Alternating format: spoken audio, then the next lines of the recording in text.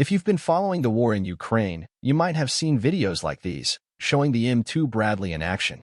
From April 2023, the U.S. sent Ukraine 186 M2 Bradleys. They've been used vastly and with great results. However, the start was rough for the Bradley and their Ukrainian crews, as the Bradleys were immediately put to the test in Ukraine's summer offensive.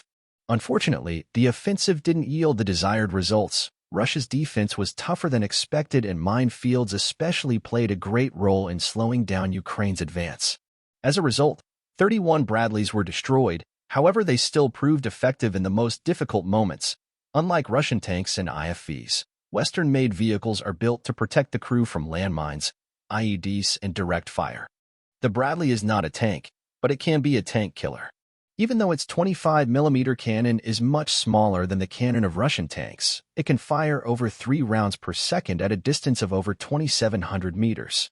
The M2 Bradley also has another weapon that counters tanks, which is a TOW anti-tank missile launcher, which can fire very accurately at targets as far as 3,200 meters away.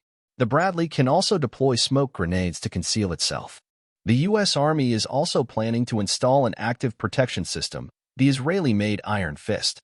Hey, sorry to interrupt, but if you've liked the video so far, please leave a like and subscribe.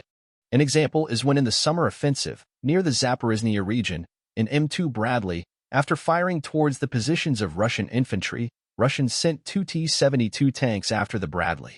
However, the outcome wasn't the one that Russians expected. The Bradley destroyed the 2 tanks and forced the Russians to retreat.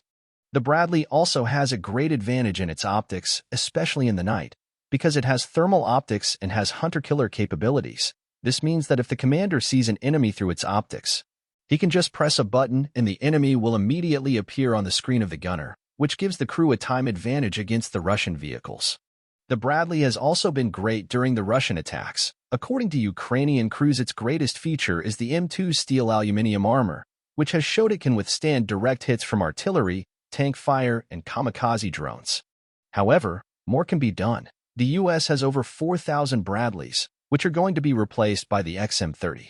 Since there won't be much use of the Bradleys when they will get replaced, I think that the U.S. could send at least an additional 2,000 Bradleys. The crew now have experience on how to use it, and since it showed that Russia struggles against it.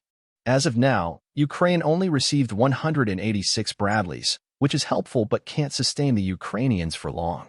But if the U.S. send more Bradleys, it will allow Ukraine to inflict greater losses to Russia and then to conduct a counteroffensive after the spring. Thank you for watching. Do you think that the U.S. should send more Bradleys to Ukraine, or they should keep them in fear of a war with China? Let me know in the comments, like the video, and subscribe.